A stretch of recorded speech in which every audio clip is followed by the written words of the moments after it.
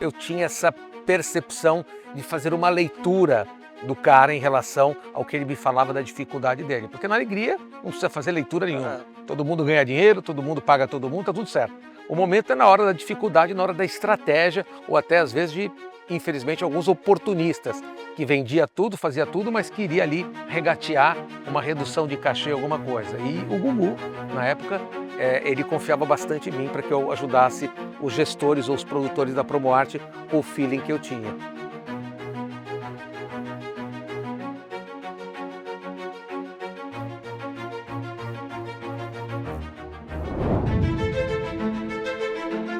Nos últimos 30 anos, passei pelas maiores agências de publicidade do mundo, lidando com clientes de todos os tamanhos e segmentos, enfrentando o maior de todos os desafios, as transformações radicais que o marketing e os negócios sofrem por conta da tecnologia. Eu sou Luiz Tastaldi, estrategista de marketing, de negócios e de identidade, e criei o Edu para aplicar minha própria filosofia, onde estratégia de vida e de negócios se cruzam. Hoje, eu ajudo pessoas, marcas, negócios, líderes e até países a ocuparem o seu lugar no mundo, seguirem o que acreditam e decidir com estratégia. Porque ser quem você é define quem os outros deixam de ser. E essa sempre será a maior vantagem competitiva que existe. E é o que eu chamo de se manifestar.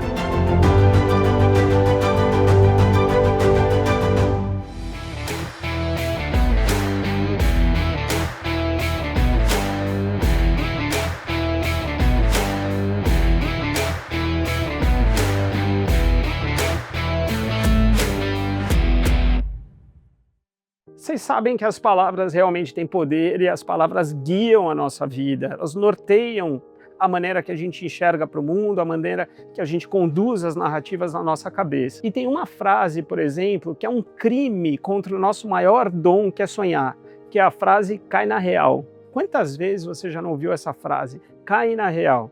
Cai na real, ela nunca deve ser usada para acabar com o seu sonho ou para diminuir o seu sonho a ponto de trazer o seu sonho para a sua realidade naquele momento. Ao contrário disso, você deve testar a sua realidade para ver se você está no caminho certo para alcançar aquele sonho. E aí, basta você se fazer uma pergunta. Você acredita que aquilo vai acontecer ou você espera que aquilo vai acontecer? Se você acredita, é porque você vê que você tem condições, ou que você até vai ter condições, ou que no mínimo você está no caminho certo para alcançar aquilo. Se você espera que aquilo vai acontecer, é porque você não tem condição nenhuma nesse momento, você está esperando realmente um milagre, e quem espera, sem ação, milagre não acontece. E a palavra acredito é uma palavra que eu tenho usado muito, porque ela realmente norteia a gente, ela é o que direciona a nossa fé, direciona os sonhos, direciona tudo que transforma o mundo. Quando você acredita no que você acredita e decide agir, é aí que as coisas mudam. Vamos lá, falando de caminho, de direção. Para ser bem didático, a gente está no ponto A e a gente quer chegar no ponto B. Pensa que isso pode ser a nossa vida, a gente está mesmo ali, ou pode ser o nosso negócio. A gente está montando um negócio que quer ir do ponto A ao ponto B. Como é que você chega no ponto B? Tem táticas, a gente pode escolher caminhos para dar esse passo. A gente pode ir a pé, a gente pode ir de táxi, ou a gente pode ir de bicicleta, tá? Beleza, se a gente for a pé, qual é a estratégia tática de ir a pé? Cara, você vai andar 1 quilômetro pela praia, depois você pega a esquerda, anda até a sorveteria do seu Zé, tem uma rotatória, pega a direita, terceira direita de novo, sei lá, pronto, beleza, cai na praia de novo, segue mais um pouco que chegou. Se a gente for de táxi, é um pouquinho mais complicado. Primeiro você precisa, se tem gasolina para ir, não tem combustível, tá. Então vai reto até a BR-150, pega a esquerda, passou a ponte, 3 rotatórias, 2 à direita, assim, pega uma vicinal, tudo, você vai chegar, tem mais 1 quilômetro de estrada de terra, chegou. De bicicleta é super fácil, 200 metros de subida, depois só descer, vai pela trilha e vai chegar lá na frente, tá bom. Se você está só na tática e não sabe qual é a direção que você tem que ir, porque o que vai manter todo mundo no objetivo é saber qual a direção que a gente está indo, tá? Quem vai fazer isso, como eu disse, é um conceito. Se você está só na tática, cara, já passou 2 aí, porque ele falou que era a segunda direita. Não, acho que passou 3. Não, então vamos voltar. Vamos voltar 2 e contar de novo. Pô, aí passou a rotatória, chegou na sorveteria do seu Zé. Pô, mas tem 2 sorveterias, qual é essa ou essa? Pô, você não prestou atenção, não? Então vamos voltar e pergunta. Você fica indo e vindo, porque você está focado na tática. Qual é o objetivo da tática? É chegar lá. Qual é o objetivo do negócio? É vender. Então tá, estamos vendendo. Mas você está indo na direção certa? Você sabe se o cara que está indo de táxi está na direção certa? Você sabe que o cara de bicicleta está na direção certa? Porque o objetivo do negócio é chegar no ponto B. Eu não estou vendo onde eles estão. Como é que eu vou confiar que eles estão? Aí sabe o que você faz? Troca essa agência aí. Os caras não apareceram até agora. Eu já cheguei aqui no ponto B faz 4 horas. E os caras estão indo e vindo. Não, chama outro. O outro vai fazer o mesmo erro. Sabe o que o conceito tem o poder de fazer? Chegar todo mundo de maneira simples, sem nenhuma complicação, até porque tem que ser popular, lembra? Mantenha o mar na sua direita. Se você mantiver o mar na direita, todo mundo vai chegar no ponto B. Essa é a função do conceito. Mantenha o mar à direita, faz com que todo mundo continue seguindo na mesma direção, mesmo sem saber se eu passei 2 para frente, 2 para trás, se eu passei a rotatória. Não faz mal, eu posso voltar um pouquinho, mas eu sei que é a direita. E se eu não estou vendo o mar, eu pergunto, amigo, onde fica o mar? Cara, o mar está ali, então vamos continuar indo. Tá todo mundo indo, cara. O conceito faz isso. O nosso conceito, se você tem o seu próprio conceito, você vai se manter na direção e você vai saber a hora de não sair. Eu disse que eu uso isso na minha vida pessoal. Eu sempre penso, por exemplo, agora eu adotei uma vida mais saudável, não bebo, enfim, não tomo refrigerante, faço academia, tudo. A hora que eu vou perder um pouco a linha, eu falo, cara, peraí, deixa eu manter o mar à direita. E eu já volto, já entendi o que é, só me relembro. Às vezes, adotem essa frase, usa para a vida de vocês, só para relembrar, assim, quando vocês botam para norte de coisas que vocês quiserem fazer. Porque o conceito, ele norteia todos os processos. Ele vai fazer a curadoria, ele vai nortear os processos, vai nortear a cultura da empresa. E o conceito, ele tem um poder muito maior dentro dessa gritaria de marcas que a gente vive hoje, do mercado, do digital, que aparece na sua frente. Aí você procura um tênis, você não nem procura, você comenta com alguém, quero comprar uma raquete. Seu computador, seu celular, toda a sua vida virou raquete. Nem era o que você queria, mas vão aparecer as outras, porque aí fica aquela briga. O marketing hoje virou isso ali. O conceito, ele tem um poder maior do que esse. Você vê a Apple brigando ali? Vocês veem a Nike brigando ali? Não, você pode ver a Centauro, você pode ver a Fast Shop, beleza, mas elas não. Sabe por quê? Porque marca grande com conceito não grita. Ela sussurra alto. A Apple sussurra alto. Pensa diferente. Cara, pô, fala pro seu filho lá, pensa diferente, moleque. Você entrou por aqui, saiu por aqui. Então assim, cara, por que você não pensa diferente? Olha o poder. Marcas grandes sussurram alto, não gritam. Não entra na gritaria, tá? E o nosso convidado de hoje é um cara que não esperou nada. Ele decidiu acreditar no que ele acreditava. E quando a gente olha para a cena dele, para de onde ele veio, talvez nem a gente acreditava que ele ia chegar onde ele chegou e a trajetória que ele traçou. Mas para ele foi muito simples. Ele não esperou nada, apenas acreditou e foi atrás. Então, cai na real e acredita no que você acredita. Testa com essa pergunta se você está esperando ou se você acredita que a sua vida vai mudar.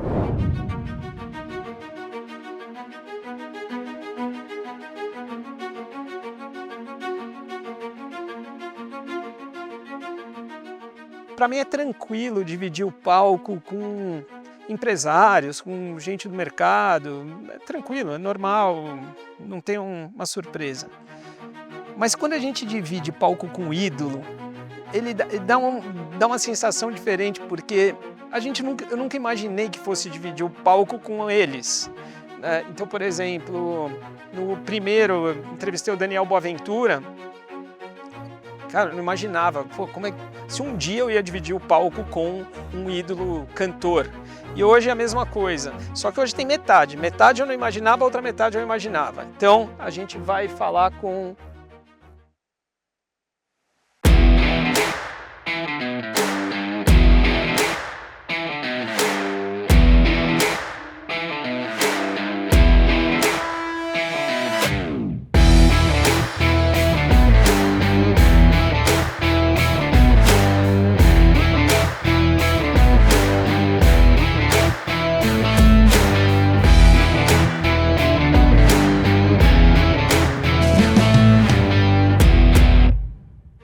Uma salva de palmas para quem já está acostumado a receber salva de palmas.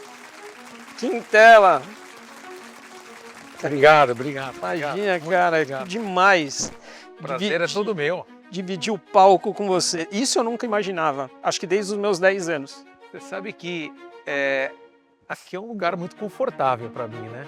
E essa coisa de palco, ou de plateia ao vivo, ou de transmissão ao vivo é uma delícia. Você está em casa. Eu nasci aí, permaneço aí e espero continuar aí. Eu gosto. Agora, isso é legal para você. Quer dizer, hoje você está confortável.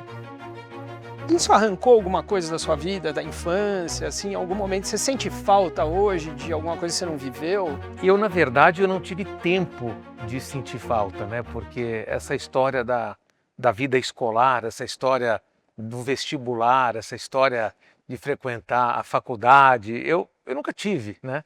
Eu sempre estava na rua, eu estava em Macapá, eu estava em São Borja, no Rio Grande do Sul, eu estava no Centro-Oeste, eu estava rodando o país inteiro por algum motivo, né? Seja ele no dominó, seja ele acompanhando a Eliana, seja ele...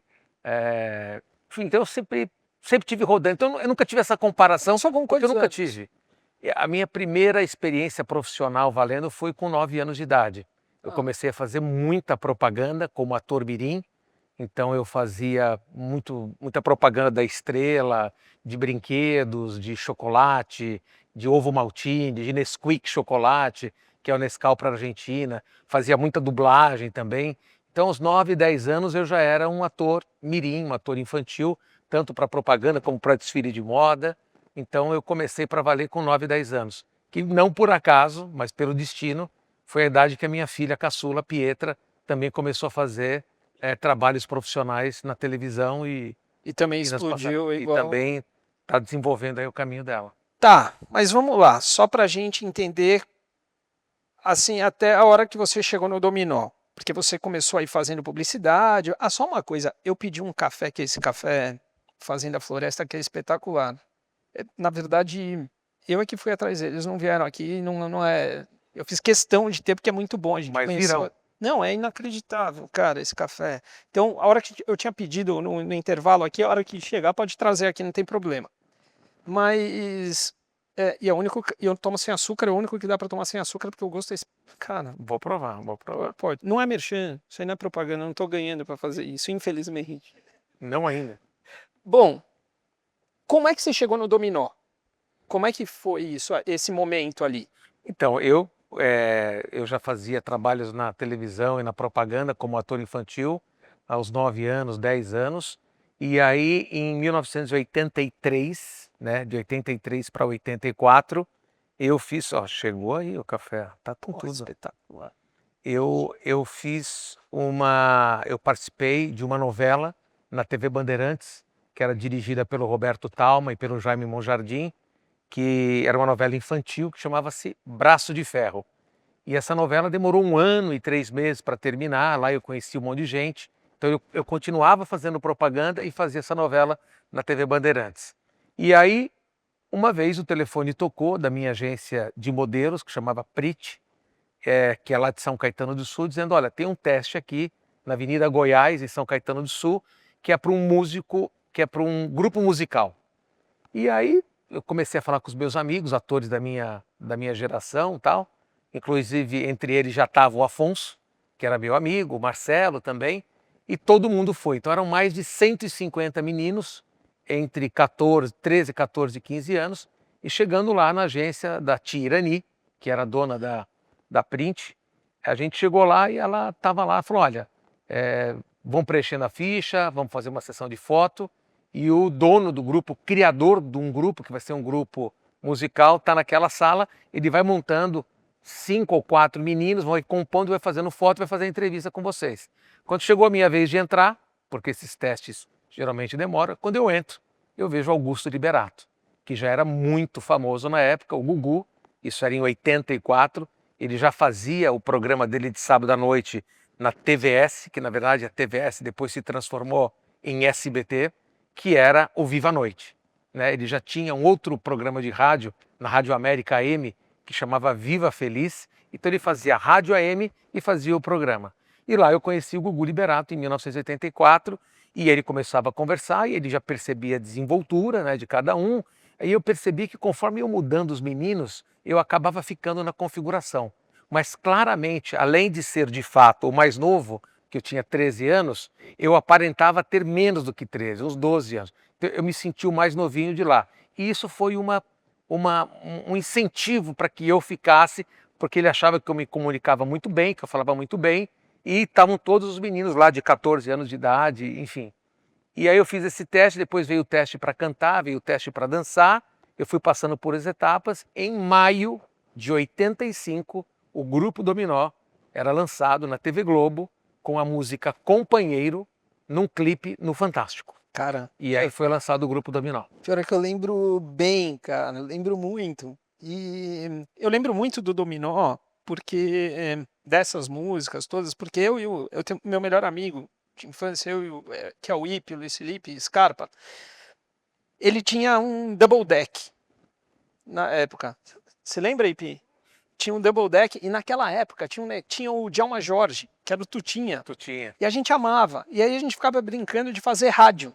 Então a gente colocava assim, só que tinha que gravar ao vivo lá. Então o que a gente fazia? A gente ficava imitando o Djalma Jorge, apresentando as músicas, tudo. Depois ia tocar a música do Dominó que a gente gostava. Só que a gente tinha que ficar o dia inteiro esperando tocar a música para gravar, entendeu? Exatamente. E aí a gente montava. Então eu lembro bem de todas as músicas. E ali e era um período para mim de pré-adolescência. E vocês ainda tinham Com Todos Menos Comigo. Tinha Sim. aquelas que eram mais Românticas. Exato. Né? E a gente estava no começo, na época de coração bater um pouquinho mais forte ali. Então eu lembro muito, assim, marcou muito.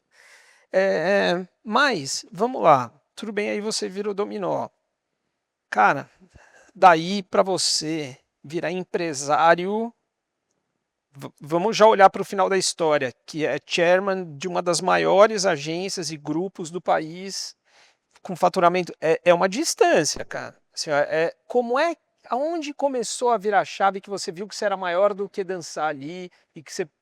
Então, eu no Grupo Dominó, uma coisa que chamava atenção primeiro que a gente assinou contrato de 1 ano com a Promoarte, que era a empresa do Gugu Liberato, que tomava conta do Dominó. E esse 1 ano se tornou para mim, no caso, quase 11 anos. Então ia renovando a cada 1 ano, era uma coisa que me surpreendia. O sucesso do Dominó nos anos 80, em 85, 86, 87, surpreendeu a todo mundo, porque o Gugu, ele tinha feito um grupo para fazer um sucesso, mas tinha onda aquela história do grupo Menudo, que eram meninos de Porto Rico que estouraram globalmente no mundo inteiro, em todos os continentes e também muito no Brasil. Então o Gugu falou, olha, se fizer 10, 15% do sucesso que o Menudo faz no Brasil, para mim já é o suficiente comercialmente falando. E o Dominó superou Menudo no Brasil por anos, em vários itens, como venda de disco, execução em rádio, shows, mesmo porque nós éramos daqui, né? Então, assim, e dentro do Dominó, mais do que a parte musical, o que me atraía muito era o business do show business. Assim, de entender como é que era arrecadado o ECAD, que é a execução de música nas rádios, na televisão, como é que um cara de Manaus leva a gente lá para a Amazônia, uma equipe de quase 28 pessoas com segurança, maquiador, coreógrafo, técnico de som, áudio, como é que ele fazia para ganhar dinheiro? E às vezes alguns estádios lotados, alguns ginásios, o cara fazia errada a divulgação, estava vazio. Então eu sempre me interessei muito, muito pelo business do show business. Você falou que teu pai era padeiro, então isso também mexia com você ver as contas. O meu pai é um português imigrante, seu João Quintela, e ele sempre foi comerciante. Então ele veio para o Brasil como engraxate, depois ele virou assistente de açougueiro, depois ele teve o próprio açougue dele, depois ele foi panificador, não só o dono da padaria, como também fazia o pãozinho. Então, de novo, é um comerciante que o ajudava a fazer as contas, ajudava a pensar. Negócio, mas era um negócio que nunca foi um negócio muito profundo, nunca foi muito técnico. A visão do meu pai para o negócio é sempre muito simplista, é sempre muito rasa, que é o suficiente, né? Que é você comprar alguma coisa bem, precificar bem e você ficar com o resultado. E nesse caminho, você tentar gastar o menos possível e ter um produto melhor. Acabou. Isso é Harvard.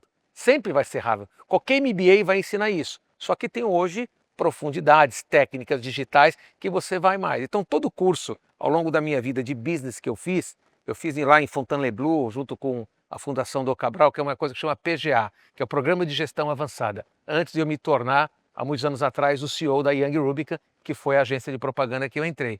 E aí o meu pai virou para mim quando eu voltei lá da França e falou, filho, o que eles ensinam lá? Aí eu olhava Que eu não pra saiba. cara dele. O que eles ensinam que eu não sei? Falei, pai, do que você não sabe, nada, pai. Eles só floreiam bastante, tem outras técnicas, mas é aquela história, comprar bem e vender bem. É isso, no final do dia é sempre isso do que nós estamos falando. E a minha visão para o mundo e para as pessoas e para as coisas são sempre vistas com esses olhos, da simplicidade. Tá, mas tá bom, é confuso, mas o que está aí que pode ser mais simples ainda? Então eu até por trabalhar em propaganda, a gente atende, você trabalhou muitos anos com propaganda, você começa a falar de automóveis, né? A gente atende a Ford hoje e você termina falando de Danone no final do dia, que a gente atende Danone. No outro dia você começa a falar de produtos para cabelo com a L'Oréal e depois, no final do dia, você está falando de Coca-Cola, você está falando de Nestlé, você está falando de Colgate, pasta de dente. Então nós, como já diria um dos meus mentores, o Walter Longo, nós somos nexialistas, né? Nós temos profundidade na propaganda, no marketing, na técnica de vender ou divulgar os produtos e serviços, mas os outros negócios nós temos nexo. Então nós somos nexialistas do setor de automóveis, para entender a margem dos caras do concessionário, para entender a dor, do cartão de crédito, Visa, Dell Computadores. Então você consegue ser nexialista e para isso você tem que gostar de gente. Porque a faculdade não ensina isso, né? O que ensina é você ouvir quem sabe mais do que você. Então o meu efeito esponja na vida, desde o dominó, depois como empresário artístico e agora como publicitário, é esse efeito de você saber ouvir quem sabe mais do que você. Quem pode te ensinar e você fazer essa triagem do que funciona ou do que não funciona. Então, é isso que eu desenvolvi na minha vida. Tá, vamos lá, você escuta dois, porque você escuta quem sabe mais, você escuta muito a tua intuição. Porque você era uma criança, cara, quando você estava na frente ali do grupo e fazendo negociação e pelo que a gente papeou um pouco, você até me falou, cara, eu decidia se o grupo ia fazer o show ou não a partir do meu feeling, se eu achava que o cara ia pagar ou não. Eu saía com o cara para jantar, mas tinha 15 anos. Tinha às vezes Cara, até você menos. era uma criança. Mas eu tinha esse instinto comercial bem aguçado dentro de mim. De novo, o meu negócio não era nem showbiz, o meu negócio eram pessoas. Então, numa conversa, olhando dentro do olho da pessoa, seja em Belém do Pará, ou seja em Goiânia, eu tinha essa percepção de fazer uma leitura do cara em relação ao que ele me falava da dificuldade dele. Porque na alegria não precisa fazer leitura nenhuma. Todo mundo ganha dinheiro, todo mundo paga todo mundo, tá tudo certo. O momento é na hora da dificuldade, na hora da estratégia, ou até às vezes de, infelizmente, alguns oportunistas que vendia tudo, fazia tudo, mas queria ali regatear uma redução de cachê, alguma coisa. E o Gugu, na época, ele confiava bastante em mim para que eu ajudasse os gestores ou os produtores da Promoarte com o feeling que eu tinha. Com certeza você passava isso pro Gugu porque você achava que você era maior do que a função que você estava. Assim, sempre. Você tinha isso na tua cabeça naturalmente. E eu era um porta-voz muito importante para os outros integrantes também. Que eles perguntavam, e aí, Quintela, o que aconteceu? Que também confiava em você. Muito. Eu falava, cara, aqui não dá pra gente fazer, ou dá pra gente fazer. Enfim, teve de tudo, né? Aí aparece uma gatinha na sua vida, você começa a namorar com a Eliana. Sim. Tudo certo, o grupo termina e você... O grupo começa a esfriar, né? A gente chama isso de esfriar. Ele ficou uma época morno, aí o grupo começa a esfriar, porque saíram 2 integrantes, que eram o Afonso e o Nil, entraram 2 novos integrantes, um deles era o Rodrigo Faro, e o outro era o Ítalo, um rapaz, um amigo de Maceió, e aí o grupo já começa a perder muitas características humanas para mim. Né? E não eram só 12 integrantes, era do meu técnico de som que estava comigo há 8 anos, já não estava mais lá, era da coreógrafa que teve problema. E aí eu olhava para dentro de um ônibus indo para Ribeirão Preto. Você não se identificava. Aí eu olhava e falei, cara, o dominó não está mais aqui. Eu estou aqui, mas o dominó talvez já tenha acabado, ou talvez é um outro dominó. Esse não é o meu dominó. Eu preciso tomar conta da minha vida. E nesse momento eu conheci a Eliana começava a ter começou a despontar também na televisão, com bastante suporte meu em relação a dirigir, a falar para ela ainda como namorado e amigo. Chegou uma hora que ela ganhou um programa de televisão do Silvio Santos, em 1991, que chamava-se Festolândia, que foi antes do Bom Dia e Companhia, Bom Dia com a Eliana. E aí ela falou, cara, as coisas começaram a acontecer, o que nós vamos fazer? Eu falei, calma, que você não vai ter empresário. Eu vou contratar uma pessoa e essa pessoa vai ser um executivo que vai tomar conta das suas coisas, que vai tomar conta dos seus contratos. Tá? Eu montei um escritório na Alameda Lorena, ali perto da casa dela, porque ela morava na Rua Batatais, e na Lorena montei um escritório que chamava-se Dedinhos Promoções, por causa da música Dedinhos da Eliana. E aí eu montei esse escritório para ela. Você é de atendimento, com certeza você não é criativo. Não, não. A minha história na propaganda é atendimento, a vida toda. E aí, tive até caboré por isso. E aí dentro do escritório da Eliana, as coisas começaram a crescer. Ela continuava como artista, como apresentadora de televisão, mas os assuntos mais parrudos já vinham para mim. O rapaz que estava lá era um rapaz que atendia como um produtor, e cada vez mais eu estava mais envolvido com o negócio da Eliana e cada vez menos dentro do Dominó. Chegou uma hora que a coisa desandou com o Dominó. Eu tive uma conversa difícil com o Gugu, onde ele me propôs 3, 4 vezes mais percentual do que eu tinha. Eu falei, mas Augusto Liberato agora? Agora, José? Quer dizer, agora 99% de quase nada é nada. Agora 30% da gente bombando em todo o país. Enfim, aí ele entendeu, ele falou, cara, eu entendi, eu vou seguir mais um pouco com isso, com os meninos, mas o que você precisar, conta comigo. Enfim, tinha uma relação, ele é filho de português, eu também sou, então a gente tinha uma conversa muito bacana, muito sincera, e fora o cara espetacular e visionário que ele sempre foi de negócio. E aí eu falei para Eliana, agora é o seguinte, eu vou cair para dentro, porque aqui dificilmente nós vamos achar uma pessoa mais adequada, melhor do que eu, tem um monte, mas mais adequada por vários motivos para te ajudar. E aí foram mais 10 anos ao lado da Eliana como sócio e gestor da carreira dela. Então, como namorado foi quantos? Namorado foram 6 anos. Tá, aí vem um outro ingrediente. Aí vocês terminam, mas você continua empresário. Continua empresário. E ela começa a namorar com Justus. Ela começa a namorar com o Luciano Huck. Ah, com o Luciano? Luciano Huck. Primeiro veio o Luciano. E aí o Luciano, o famoso loucura, loucura, loucura. E a Eliana, enfim, na carreira dela super bem. Aí o Luciano tinha um programa na TV Bandeirantes que chamava H de Luciano. Eliana frequentou o H, aí o Luciano também ia no programa dela e tal.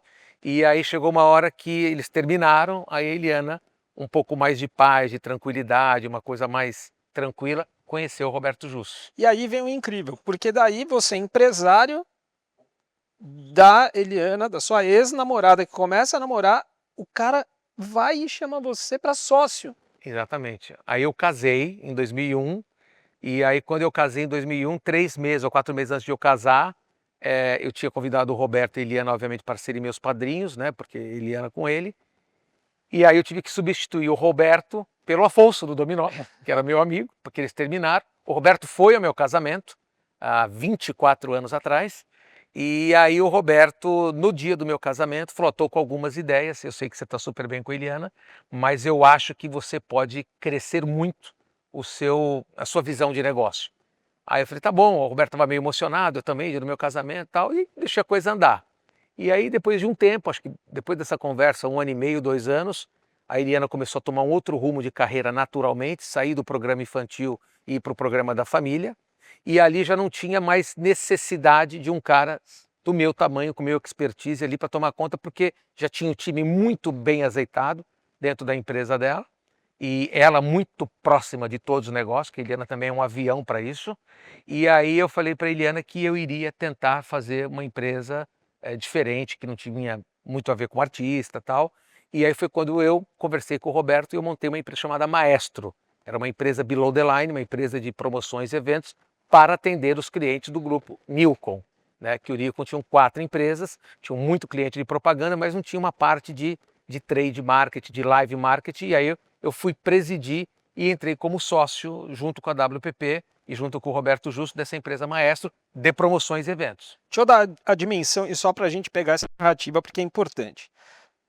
O cara era do Dominó, o cara tinha 15 anos, estava à frente da banda na negociação, o Gugu confiava numa criança, a banda também. A banda esfria, ele começa a namorar com a Eliana, vira empresário dela, ou seja, para você empresariar a namorada ali, você precisa de confiança. É complexo. É complexo para você. Aí Ele termina, ela começa com outro, essa confiança se transfere para esse outro, não é um outro qualquer, é o Roberto Justus. O cara é super exigente. Muito O exigente. cara, É uma vida de aprendiz 24 horas por dia, com o dinheiro dele e não da emissora, sem câmera ligada. não, ele demite Quando você não tem se câmera, tá. vale tudo, né? Ou seja, é o cara que demite todo mundo, contrata o ex. É. Bom, enfim, aí você fica sócio dele, fica sócio de uma agência, de um grupo WPP, agora vocês precisam ter a dimensão. O WPP é um dos maiores grupos. A gente está falando de um negócio monstro. E aí começa essa carreira dali e tem uma outra coisa, porque você é muito maior do que o que você sempre foi, onde você sempre teve. Você era maior do que e olha só que detalhe, porque você era maior do que o Marcos do Dominó como integrante, você estava maior do que aquela função. Inclusive você me disse assim, ó, eu nem era o que cantava melhor, eu nem era o que dançava melhor, mas eu era o que me comunicava melhor. E acho que isso estava dentro da... Business oriented o tempo todo. Mas você sacou isso. Essa sua comunicação foi te levando e você foi sempre sendo maior do que o que você estava. E na frente de um grupo desse tamanho, precisa ter um tempo, e eu te perguntei antes da gente vir para cá, eu falei, meu, eu não chamo de backstage, o que a gente vê de backlife. Deixa eu entender, tem alguma coisa que você faça para a gente papear? E aí você me chamou para isso aqui, ó. Vamos jogar pickleball com quintela, cara. Se é isso que ele costuma fazer, vamos ver como é que faz, porque eu não sei fazer. Na verdade, eu nunca joguei pickleball. Olha a minha raquete qual é. É um mini tênis mesmo, com uma raquete esquisita e uma bola de plástico. Teoricamente não tem como dar certo. Quintela tá aí já? Não, não chegou. É um ping-pong numa mesa grande, sabe? É. Eu achei que era o tênis numa mesa pequena, mas você definiu melhor. eu E a não posso- pontuação? A pontuação você Esquece. precisa fazer curva em Harvard. Cara! Olha aí, ó. Olha quem tá aqui, ó. Ele ia me explicar a pontuação. Tênis já deu certo, tem a pontuação que todo mundo sabe. Aí você chega e fala assim, quer saber, vamos mudar tudo? Não dá pra atrapalhar, por que vai... Né? Por É. quê? Quando eu conheci o pickleball, cara, eu me apaixonei e ele é muito democrático, né? Vamos bater uma bola. Vamos lá, vamos lá. começar. Para mim, o grande segredo do pickleball é bola forte, fraca, seja o que for, é raspando na rede. Que passa uma raquete da rede, você vai tomar toda, metade você vai tomar toda. Ou Quando seja, a rede. a primeira dica já vai contra tudo que eu aprendi no tênis, que a bola tem que passar 2 metros da rede, cara. Você vai... Boa esquerda. Boa direita. Sem força, é isso mesmo.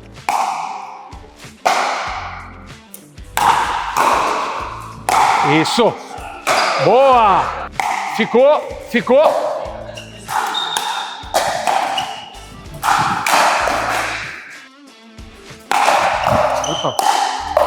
Puta bolaça. Vem!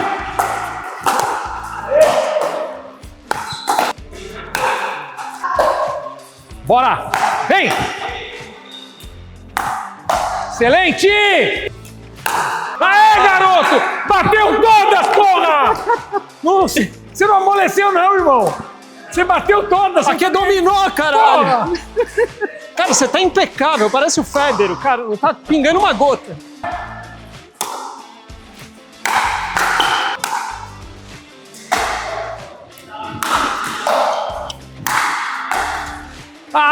Ah! É campeão! Olha aí!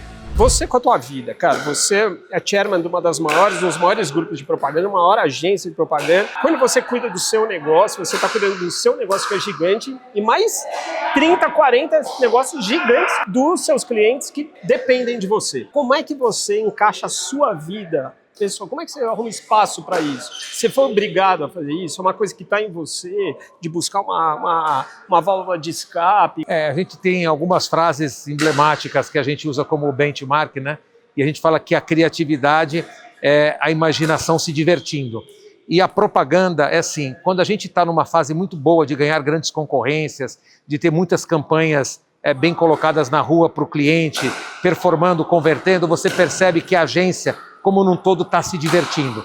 E para você se divertir no seu trabalho, você tem que ter uma vida pessoal quase equilibrada. Equilibrada nunca vai estar, né? Então, eu sou pai, eu sou casado há 24 anos, namorei 5 anos com a minha esposa, então estamos há 29 anos juntos, vamos fazer 30 o ano que vem. Tenho 3 filhos, o meu filho mais velho tem 22, depois eu tenho um de 19 e tenho uma de 17. Tem muito pratinho para equilibrar. E a tua cabeça, nós sabemos que a cabeça é tudo, seja um trabalho ou em casa. Ela precisa de um momento de descontração. Eu adotei algum tipo de esporte, como o pickleball atualmente, que é novidade, porque tem inovação e tem a ver com a propaganda. Essa história do pickleball, como é que é? Deixa eu ver a raquete, pô, é leve, não sei o quê. Pô, é o Agassi, que era o ex-tenista, que está assinando uma linha de produtos, não sei o quê. Porque existe um storytelling que me agrada dentro do esporte. Vira um conteúdo, vira um storytelling. A regra, a pontuação, quem está jogando, quem não está. E eu sempre tento trazer para a minha vida esses momentos de descontração. E eu tenho conseguido. Então, assim, ou é música, que eu amo música, por causa das minhas origens, de cantar, de ouvir música, de dançar. Então, assim, você tem que arrumar um jeito, e não é para a sua vida pessoal, é para a sua vida profissional. Se as coisas estão bem em casa, geralmente elas conseguem estar ainda melhores no trabalho. Então, se você não consegue esse tempinho, quem acaba prejudicado é a agência, é o cliente e é o resultado final do business. Agora, vamos lá, o programa, ele chama Manifeste, exatamente porque foi um jeito que eu consegui de traduzir o que eu faço para os meus clientes, porque eu faço uma etapa que vem antes da agência de propaganda. Eu faço aquela etapa que eu sento com o cliente, traduzo a essência do negócio dele na cabeça dele, naquele velho manifesto. É quando eu consigo falar, é isso aqui que você é, chegar numa frase de 3 segundos, não é nenhuma Brastemp ali, que vai nortear todos os processos de agência, de tudo. Não é conceito de marca, mas é aquele conceito anterior lá, que aí norteiam as táticas ali. E manifestar é quando você segue algo que está dentro de você. Você acredita no que você acredita, não o que o mundo pede, o que o mundo espera. E acreditar no que você acredita nem sempre é fácil, porque às vezes você acredita que vai ser possível, mas você não acha que você é capaz de fazer aquilo. Você sente falta de ter vivido alguma coisa, de ter manifestado alguma coisa? Sente falta de uma coisa? Você viveu tudo o que você queria? Olha, eu sinto que eu fui pouco acadêmico na minha vida, porque eu trabalho desde os 9 anos e viajo desde os 13, né, na época do dominó. E quando eu deixo o dominó e começa a carreira da Eliana, eu começo a viajar de novo, o Brasil inteiro, né? Então eu ficava no escritório de segunda, quarta e sexta, na quinta-feira eu já viajava com ela para todos os lugares do Brasil e às vezes até fora do Brasil, trabalhando, fazendo show, festivais e tal. E eu realmente, eu não consigo sentir falta, porque a faculdade que eu tive, o meu estudo foi na rua. Foi em Manacapuru, lá no interior do Amazonas, foi em São Borja, no Rio Grande do Sul, foi conhecer esse Brasil e viajar o Brasil, não só a capital, mas o interior, sei lá, 14, 15, 16 vezes, né? Brinquei no bom sentido, né? Bananas de Pijamas, que era um desenho que passava no SBT, a gente foi licenciado para fazer shows do Bananas de Pijamas, depois Cavaleiros do Zodíaco, né? A gente também gravou disco do Cavaleiros do Zodíaco. Então todos esses produtos infantis da época da Eliana, nós éramos sócios na empresa dela, então eu também consegui, e eu fiz muita amizade, né? Todos esses artistas, apresentadores, cantores, atores daquela época, dos anos 80, 90, 2000, todos eles são grandes amigos meus, e eu acho que minha vida foi diferente, ela continua sendo diferente. E eu sou um cara que vejo a publicidade com o olhar de negócio. Não do negócio só da publicidade, do negócio do meu cliente. Então eu sou um cara muito preparado para entender a dor do cliente de negócio e tentar resolver isso na propaganda. Eu não sou criativo, eu não sou um cara de planejamento de negócio, eu sou um cara de atendimento para entender e sou um cara de negócio. Então eu consigo ter, mesmo de uma maneira superficial, qual que é a dor do nosso cliente de varejo, de telefonia celular, a nossa montadora, eu consigo entender o porquê está parado na gôndola o produto dele, se é uma questão de preço, de embalagem, eu consigo me aprofundar e discutir essa dor com ele. E aí na propaganda, com todas as ferramentas que existem, inclusive as pessoas que trabalham, eu consigo dar uma solução publicitária para aquilo, né, durante um tempo adequado. Então, eu gosto muito de falar de todos os setores da economia, né, porque eu vivo eles, né. Eu falo de manhã, eu começo falando, sei lá, de cartões Visa e eu vou dormir falando de Colgate-Palmolive, de pasta de dente. Então você precisa ter noção do business de uma pasta de dente e noção do mercado de cartões de crédito. Isso me deixa muito feliz. Cara, puta, vamos voltar lá pro palco ali, aqui para baixo. Mas obrigado, Quintela. Valeu, que é a sua Demais abração, viu? você, cara. Tamo junto.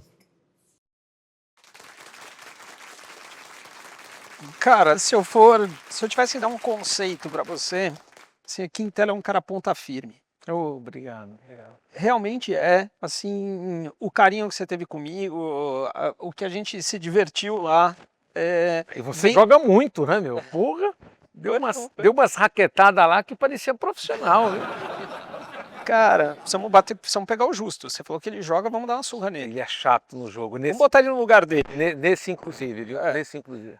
Agora, porque a confiança se traduz isso no popular, quando eu digo que o conceito tem que ser popular, a gente tem que saber replicar, contar para o outro. Ninguém fala assim, o Quintela é um cara confiável. Não, o cara é ponta firme. O cara, se você pegar o histórico dele, é total improvável de acontecer, né? Assim, porque as variáveis elas eram total o oposto. Ser empresário da ex-namorada, ser empresário do namorado da ex-namorada, ser sócio do... Cara, não chega, a história não chega aqui a não ser por uma absurda confiança, por um nível altíssimo de confiança, que é o que a gente viu que você construiu e que você está aí até hoje, os clientes devem seguir isso aí. Então, cara, parabéns pelo teu caráter, por ser ponta firme, pelos teus valores, que é esse tipo de exemplo que a gente tem que seguir. Obrigado. Se você tivesse que levar 3 pessoas para jantar, quem você levaria? Cara, eu acho que a vida ela é muito da história da oportunidade, sabe? Você precisa ter a oportunidade. Então tem muita gente com muita força de trabalho, tem muita gente com, como é que eu posso dizer, sabedoria, estrutura acadêmica, ou até o Roberto fala isso direto, falou, tem os book smarts e tem os street smarts. O Quintela é um esperto das ruas, né? Ou seja, o que ele aprendeu, ele aprendeu.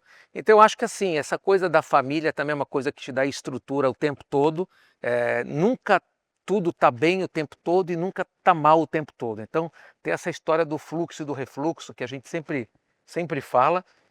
Então eu acho que assim, a pessoa que vai sentar, eu acho que ela ainda está para ser escolhida, o futuro. Mas do passado é quem te ajudou, né? A tua família. Então acho que o Gugu foi um cara muito importante, a Eliana foi uma outra pessoa importante e na publicidade acho que o Roberto Justus. Esses 3 têm uma cadeira cativa comigo, de gratidão. Eles estão bem na linha mesmo, né, da tua história. Eu acho que confiaram, todos poderiam ter tido histórias diferentes comigo, mas a confiança foi tudo. E a resiliência minha também, porque assim, a propaganda é alguma coisa que você conhece profundamente. Então assim, ela é muito competitiva. Então uma cadeira da qual eu me apropriei já faz muito tempo, não é só aqui no Brasil que as pessoas querem, é o tempo todo gente querendo tomar da Argentina, de Miami, o cara que vem de Portugal e tal, porque é uma conexão global. Então toda hora alguém quer a sua cadeira. Então assim, você tem que ser resiliente e cada vez você tem que entregar mais, né? Então eu sempre sou o cara que as pessoas acabam dizendo que eu sou over delivery, né? Eu sempre entrego mais do que me compram e do que me encomendam. Eu sempre entrego a mais. Você sempre foi maior do que a cadeira. Eu sempre tentei fazer diferente, né? Até por algumas questões, alguns fantasmas que a gente carrega ao longo da vida, até porque a minha vida foi diferente, né? Aos 13 anos eu era do Grupo Dominó. Os meninos tinham 14 anos, o Marcelo, o Nil e o Afonso, eu tinha 13. Então assim, eu estava na 7ª série do ginásio, né? E a minha vida foi uma loucura dali para frente. Então eu tive que me virar de algum jeito, né? E sempre estar me provando. E o mais bacana, nunca foi pela grana, sempre foi pelo desafio. Então acho que isso valeu... o que te manteve na direção. Mas é incrível como você realmente sempre foi maior do que a cadeira. Porque, cara, o personagem foi muito forte do Dominó. E eu não tô diante de um integrante do Dominó. Eu vejo que eu tô diante de um empresário. Eu enxergo um empresário. Eu não vejo o Marcos do Dominó. E é difícil, porque eu olho pro Leonardo DiCaprio e acho que o navio vai afundar. Não importa o filme que ele faça, eu amo o cara, beleza, mas eu vejo o Titanic. Ele é o cara do Titanic. Ele é o cara do Titanic. Assim, e você é um puto empresário, enfim, uma referência, mas, cara, assim, ó, de valor, assim, ó, de ponta firme, de confiança, porque a sua história diz isso. E já dando a dimensão que eu estou te dando, o que você acha que Deus falaria para você quando você chegasse no céu? Eu sou um cara muito divertido, né? Eu sou um cara pra si. Acho que ele ia virar pra mim e falar assim, valeu a pena, Quintela? Valeu. Cara, valeu a pena para mim aqui, viu, cara? Bom, amanhã ficou bom, né? Ficou bom. Ficou bom. Vamos matar os justos, vamos atropelar aí, cara. A envergadura dele ali na rede não é fácil não, viu? Bola raspando, cara. Bom, com a altura dele, bola raspando na rede, Nossa, é difícil. Ah, eu não passei uma coisa, que é o seguinte, eu peguei um case sobre você ser maior do que o produto. Isso aqui, esse case é inacreditável, que é um case da agência dele, da Coca-Cola. Tem alguém que pode imaginar que a marca Coca-Cola é intocável, você não pode relar nela, porque é guardião da marca, identidade, tudo. Esse case é um case maravilhoso da Coca-Cola, que o head é um brasileiro, chama-se Rafael Pitangui, que é um criativo da VML, que hoje está em Nova York, mas trabalhou com a gente 6 anos aqui, é da VML. E aí ele e o grupo dele teve uma sacada que a marca Coca-Cola, ou qualquer outra marca, não é a marca onde o cliente ele expõe para você ou obriga você a consumir isso até o fim da vida. A marca é uma coisa que ela é mutável, ela é flexível, ela vai mudando, ela vai, né? E aí essa marca icônica, do jeito que é escrita, vermelha, dessa maneira, com essa letra corrida, ela na verdade é o que a Coca-Cola coloca para o público. Mas não é como o público geralmente assimila ela ou só assimila dessa forma. Então o Rafael Pitangui, junto com a VML, fizeram uma campanha, um case, como você falou, que é assim, escuta, essa é a marca Coca-Cola ou como é a marca Coca-Cola de todos os consumidores no planeta? E aí fizeram um case maravilhoso e, na verdade, a marca Coca-Cola é do jeito que cada um de nós enxergamos e escrevemos. Então, assim, mais de 80% do consumo de Coca-Cola no planeta não é do autosserviço, não é dos grandes restaurantes como McDonald's ou Carrefour ou Pão de Açúcar, né, no mundo inteiro, do Walmart, é a venda pequenininha. Eles que fazem 80% da marca Coca-Cola e de grandes marcas como concorrentes da Coca-Cola. E aí eles tiveram uma sacada inacreditável. Você vai ver que o case, apesar de ser global e internacional, ele tem um viés muito brasileiro, porque foi um brasileiro que fez e uma agência brasileira. E é fantástico, ganhou todos os festivais que você possa imaginar, todas as categorias. Foi uma revolução esse case da Coca-Cola. The iconic Coca-Cola brand. Over 130 years of meticulously crafted typeface with an unmistakable color palette, the most unique bottle shape, and carefully protected branding that has been rebranded over and over, all over the globe. Thousands of unofficial versions that defy our guidelines, best practices, and even gravity. What do we think about it? Well, we love it. We went after local shops in the 4 corners of the planet. I thought myself a bit of an artist and thought, well, Coca-Cola signs. I remember my pop, first thing in the morning, he wanted to have a newspaper in his hand and a glass having that Coke office. Segundo quarteirão direto descendo, já dá pra ver mal o paredão da Coca-Cola. Tem marca que vem aqui, né, manda mudar tudo, né? A Coca elogiou, me pagou e ainda fez propaganda. And we partnered with them in a global platform, locally advertising them to their home audiences, then showing to everyone that it's okay to co-create. But we were only getting started. ¡Wow! Está increíble. Pensé que solamente los famosos. Newly designed Cokes came to life. Essa daqui eu não vou vender, não. Essa daqui eu vou guardar para sempre, hein? A new design approach was developed. And our brand touchpoints were redesigned. Finally, we archived all co-creations in a book, honoring the people and the businesses that have always been a part of our brand.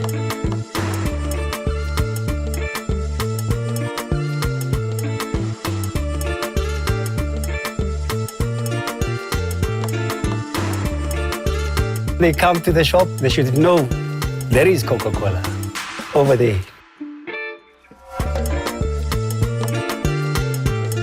La voy a poner en un nicho y que todo el mundo la mire.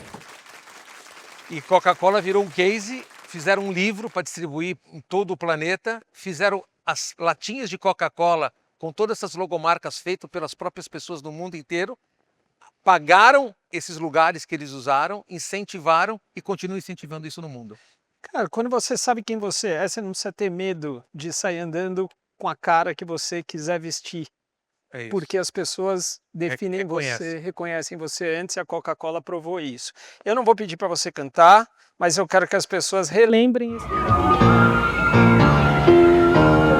Topo da vida, tô vendo a gente tão pra baixo, um baixo astral, um cambalacho, e muito pouco amor à vida. Topo da vida, e o mundo em volta da ferida, em transes loucos, transas nossas, de mãos atadas, vistas grossas. É muito pouco amor à vida. Tô pé da vida. Tão pondo fogo no planeta. E quem não tá vira careta. A fina flor do preconceito, de cor, de raça, de sujeito. Isso tem jeito, isso tem jeito. O iado rola nas paradas. E gerações de... Tela aqui com a gente. Obrigado, gente. Obrigado. Cara, eu assisto esse vídeo. Eu não consigo nem abrir a perna do jeito que vocês abriam ali. Eu não vou andar. Mas eu também não consigo mais, só no pickleball, né? Tá bom, Quintela, obrigado. A gente se vê na quadra atropelando os justos. Vamos lançar um desafio para ele. Obrigado. Bom, pessoal, quando você é alguém, você sempre vai ser maior do que o que você faz. Tá? Isso é uma máxima. Queria que fosse minha, mas é do meu avô, que falava o seguinte: quando batem na sua porta, ninguém pergunta o que você faz, pergunta quem você é. Quem é? Se você responder quem você faz, a chance de não abrir a porta é muito grande. E outra, amanhã o que você faz talvez seja irrelevante. Hoje, com a inteligência artificial, a gente está vendo isso. Como a gente faz e o que a gente faz está em risco. Agora, quem você é, não, contanto que você ocupe aquele lugar com relevância. Se eu bato na porta, o que você faz? Vendo aspirador. Obrigado, não preciso. Bato na porta. Quem é? É o Zé. Ô Zé, entra aí, tomar um café, como é que tá? Vendendo aspirador? Não, agora eu vendo ChatGPT. Porra, eu tô precisando. É o Zé, eu abri a porta porque é o Zé, cara. O Zé é maior, eu tenho um outro conceito sobre o Zé, é legal conversar com ele, tomar um café com ele. A minha intenção é só inspirar, provocar, a gente descobrir quem a gente se reconectar. E aí eu percebi que eu poderia provocar, inspirar pessoas que estão à frente de seus negócios, ou à frente das suas vidas, ou deveriam estar liderando as suas próprias vidas, a se reconectar. E a minha história não é só minha, do que eu penso.